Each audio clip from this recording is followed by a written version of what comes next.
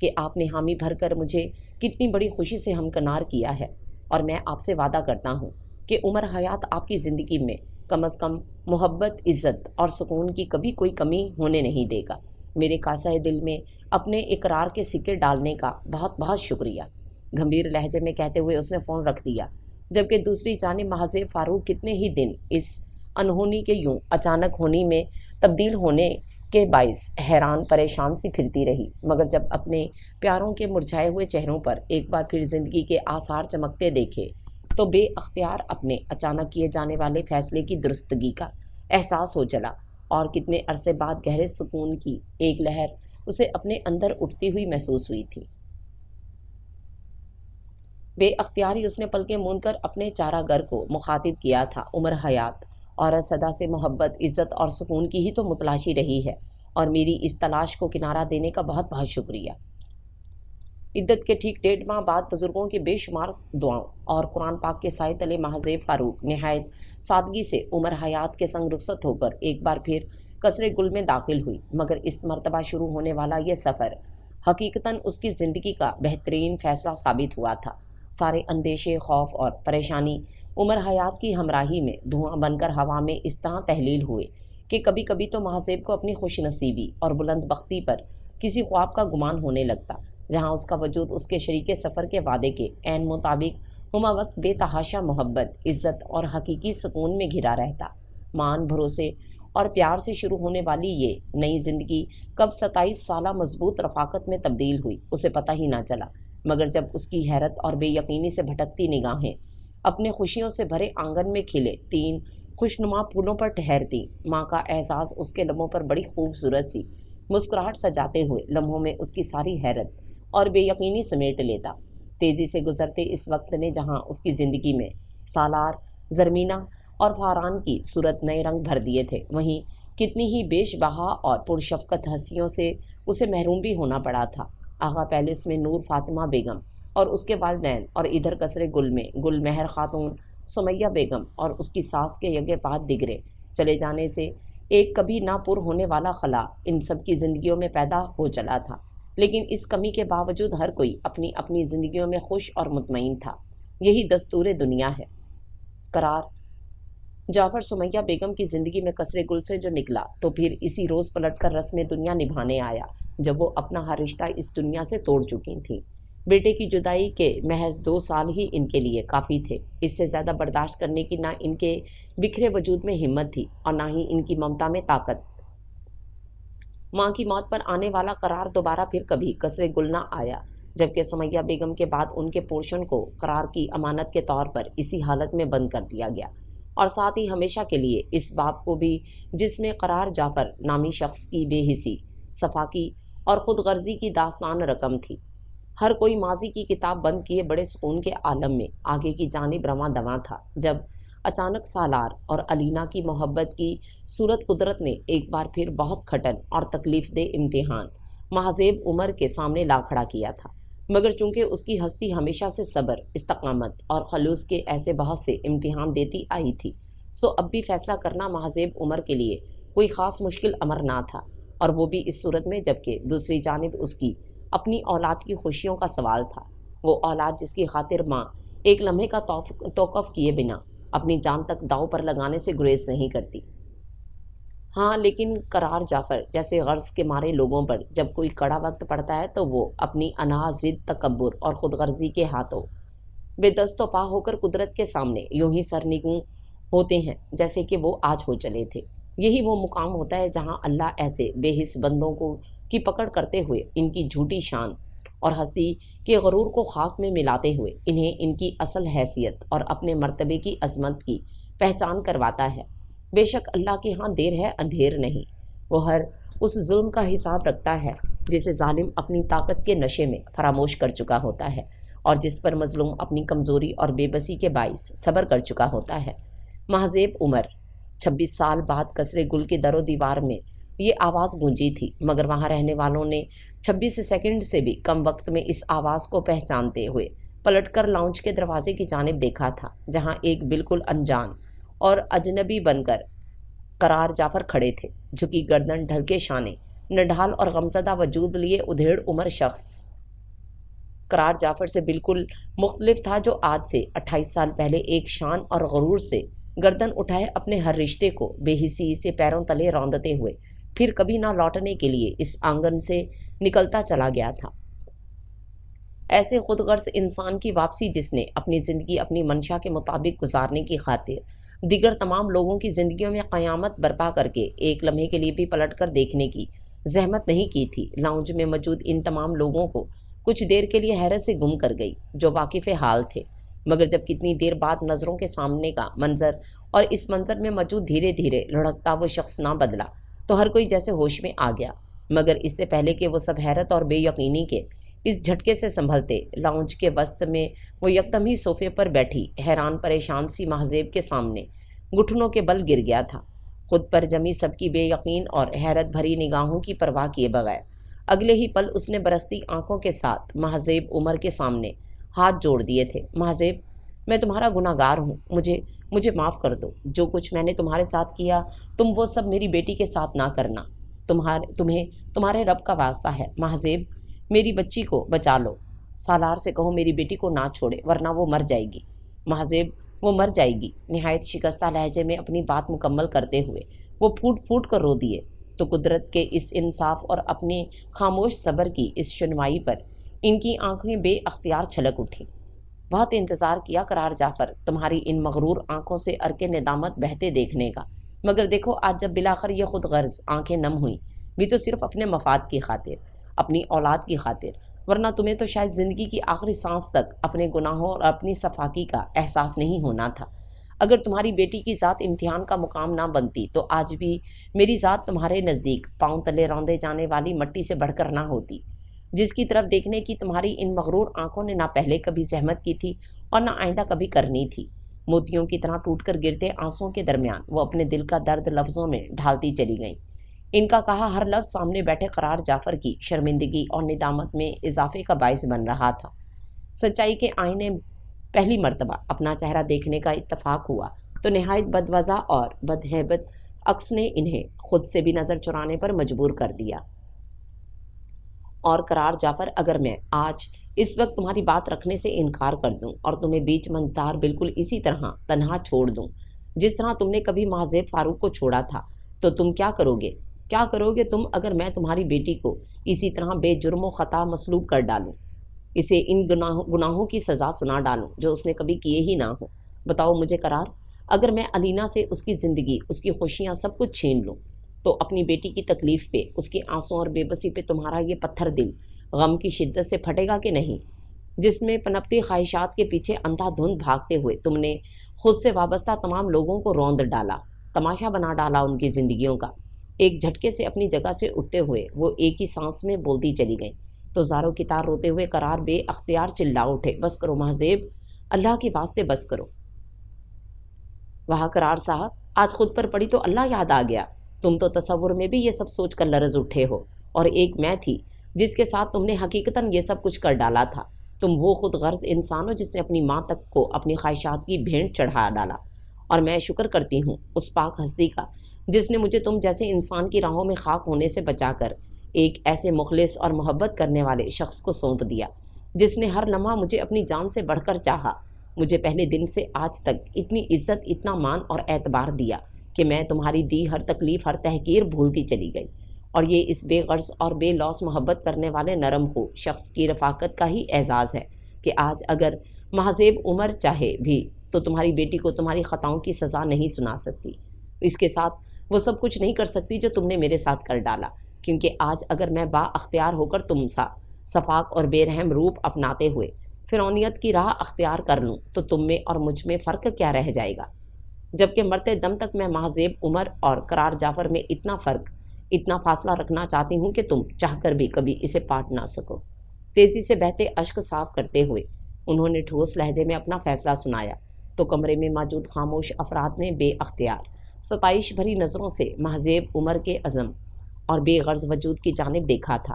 تم ایسا نہیں کر سکتی، تم اتنی آسانی سے مجھے معاف نہیں کر سکتی مہذیب، مجھے اتنے آرام سے معاف مت کرو، مجھ پر چیخو چلاؤ، مجھے گالیاں دو، مگر اللہ کا واسطہ ہے مجھے یوں اتنی آسانی سے معاف مت کرو۔ ایک جھٹکے سے اٹھتے ہوئے وہ حسیانی انداز میں چلائے تو سامنے کھڑی مہذیب دھیرے سے مسکرا دی۔ قرار جعفر، جب تم با اختیار تھے تو تم نے وہ راستہ چنا جو تمہیں دنیاوی خوشیوں تک لے جا سکتا تھا، لیکن آج میں با اختیار ہوں تو میں اس راستے کا انتخاب کروں گی جو مجھے دین اور دنیا دونوں میں سرخرو کرے گا۔ درگزر کا یہ راستہ کھٹن سہی، مگر میری ذات کو یہ تمہارے لیے ایک ناقابل شکست اور ناقابل فراموش حقیقت کا روپ دے ڈالے گا، جسے تم چاہو گے بھی تو بھلا کر پھر کبھی اپنی زندگی میں مگن نہ ہو پاؤ گے۔ اور رہی علینا، تو وہ کیوں کر میرے بیٹے سالار کی خوشی ہے، سو آج سے وہ میری اور میرے شوہر کی بھی خوشی اور عزت ہوئی، اور اپنی عزت کو ہم سب بہت جلدی پورے مان اور محبت سے اس آنگن میں رخصت کروا کر لے آئیں گے۔ نہایت دھیمے اور پروقار لہجے میں اپنی بات مکمل کرتے ہوئے وہ پلٹ کر لاؤنج سے نکلتی چلی گئیں تو قرار جعفر گمسم اور بے یقینی سے دروازے کے اس پار اوجھل ہوتے ہوئے وجود کو دیکھے گئے۔ ہر بڑھتا قدم ان کے دل پر اپنے نقش ہمیشہ ہمیشہ کے لیے ثبت کرتا جا رہا تھا۔ اور آج ٹھیک 2 ماہ بعد مہذیب عمر اپنے کہے کے عین مطابق علینا قرار کو نہایت عزت اور محبت کے ساتھ رخصت کروا کر اپنے پھولوں بھرے ہنستے مسکراتے آنگن میں لے کر جا چکی تھی۔ ایک ایسا آنگن جہاں بے غرض لوگوں کی پرخلوص محبت اور وفاؤں نے ہر سو خوشیاں اور سکون بکھیر رکھا تھا، اور جنہیں دور کہیں اپنے وسیع و عریض اور بے تحاشا خوبصورت مکان میں بیٹھا وہ شخص نہایت دل گرفتگی اور حسرت سے تک رہا تھا۔ محبت کی نرم سبز بیلوں میں لپٹی یہ حسین جنت کبھی تمہاری تھی قرار جعفر، اور اس جنت کو تم نے بخوشی اپنے ہاتھوں کھویا تھا۔ سو اب یہ آنسو، یہ درد اور یہ احساس جرم کیا معنی رکھتے ہیں؟ تم نے زندگی کے سفر میں غرض، خواہشات اور تمناؤں کو، احساسات، رشتوں اور محبتوں پر فوقیت اور اہمیت دی، سو اب کیوں پچھتاتے ہو اگر بے چینی، بے سکونی اور تنہائی تمہارا مقدر ٹھہری؟ دلوں میں اللہ بستا ہے، اور تم نے ایک نہیں کئی دل توڑے تھے اپنے دل کو آباد کرنے کے لیے۔ تم نے کئی محبتوں پر صرف ایک محبت کو ترجیح دی تھی، لہٰذا اب یہ شکستگی اور یہ سوچیں کیسی؟ اپنے اندر سے آتی آواز پر قرار جعفر نے آنکھوں میں آئی نمی چپکے سے صاف کر ڈالی، اور ایک گہرا سانس لیتے ہوئے دور کہیں خلاؤں میں اپنے چارہ گر کو کھوجتے ہوئے کہہ اٹھے تھے، مہذیب عمر، تمہاری کہی ہر بات پوری ہوئی۔ آج تمہاری ذات میرے لیے ایک ایسی ناقابل شکست اور ناقابل فراموش ہستی کا روپ اختیار کر چکی ہے جس نے مجھ سے 28 سال بعد اس محبت کو منوایا ہے جو پہلے کبھی مجھے دکھائی ہی نہ دی تھی، اور اب جب اس محبت نے آگہی کے در مجھ پر وا کیے تو مجھے اس کے سوا اور کچھ دکھائی نہیں دے رہا۔ آج قرار جعفر کی میں ہمیشہ کے لیے تو میں مدغم ہوئی، بالکل اسی طرح جس طرح اس کی ذات حصار یار میں مقید ہوئی۔ اور کہنے والے کہتے ہیں کہ یہ کتنے تعجب کی بات تھی کہ اس 55 سالہ مرد کو 28 سال کے بعد اس عورت سے محبت ہو چلی تھی۔